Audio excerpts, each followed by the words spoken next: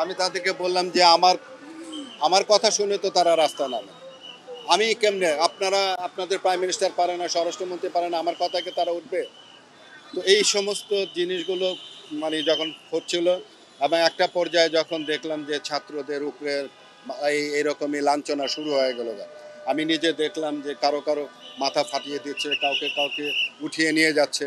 তো এই সমস্ত জিনিসগুলো তখন আমার কাছে আবার আসলো, এসে বলল যে আপনি এদেরকে উঠিয়ে নিয়ে যান, না হলে কিন্তু এদেরকে বাঁচাতে পারবেন না কিন্তু।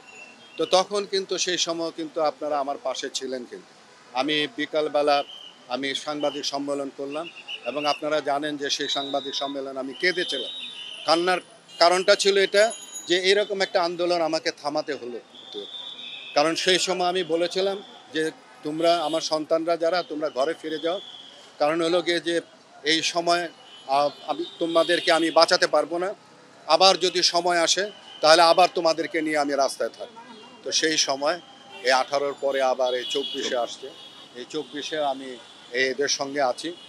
তো এই এই এই এইবারকার আন্দোলনটা আর একটু বড় আন্দোলন। সেটি হলো যে সমস্ত মানুষের ক্ষোভের জায়গা থেকে বেরিয়ে এসে সকলে রাস্তায় নামছে। আর সেই সময় ছিল যে শুধু নিরাপদ সড়ক চাই নিয়ে আন্দোলনটা ছিল। তো আমার মনে হয় যে সৃষ্টিকর্তা যা করেন ভালোর জন্যই করে। সেই সময় ওইটা সাকসেস হলে হয়তো বা আজকে এই যে এই আন্দোলনটা ওই জায়গায় কিন্তু যেতে পারতো না।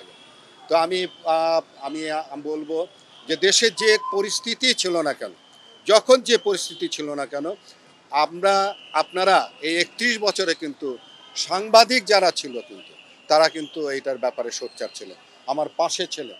এটা আমি ভুলব না কিন্তু কোনোদিন। আমি আপনাদেরকে আবারও আমি ধন্যবাদ জ্ঞাপন করব। এবং যারা যারা আমাকে টকশোতে নিয়ে গেছেন, তাদের অ্যাটিটিউড আমি দেখেছি যে কত পজিটিভ। তারা কত মানে মনে প্রাণ দিয়ে চাইতো যে নিরাপদ সড়কটা যেন বাস্তবায়ন হয়। তো সেইটা যারা যারা আমাকে এই নিরাপদ সড়ক বাস্তবায়নের জন্য যে চ্যানেলগুলো আমাকে নিয়ে যেত, কথা বলাতো, আমি সেই চ্যানেলগুলোকে আমি ধন্যবাদ জানাচ্ছি আজকে এই জায়গা দাঁড়িয়ে।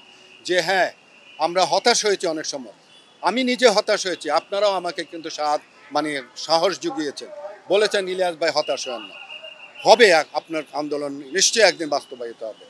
আমি সেই চ্যানেলদেরকে, সেই মিডিয়াদেরকে আমি বলতে চাই, হ্যাঁ আপনাদের কথাই সত্যি হলো। আমি আজকে ওই যে আমার খারাপ লাগতো যেটা, সেটা আজকে আমার দূর হয়েছে। এবং আজকে আমার সন্তানরা যেভাবে কাজ করছে, এটা তো মানে দেখার মতো একটা বিষয়, পৃথিবীকে দেখানোর মতো একটা বিষয়। যে যে দেশে পুলিশ নাই, অথচ সেই দেশে ক্রাইম বন্ধ হচ্ছে। যে দেশে মানে রাস্তা পরিষ্কার করার লোক এখনো নাই, সেখানে আমার ছাত্ররা রাস্তা পরিষ্কার করছে। যেখানে সিটি কর্পোরেশনের লোকেরা ওয়াল পরিষ্কার করতে পারে নাই, সেখানে আমার সন্তানরা ওয়াল পরিষ্কার করছে, রাস্তা পরিষ্কার করছে।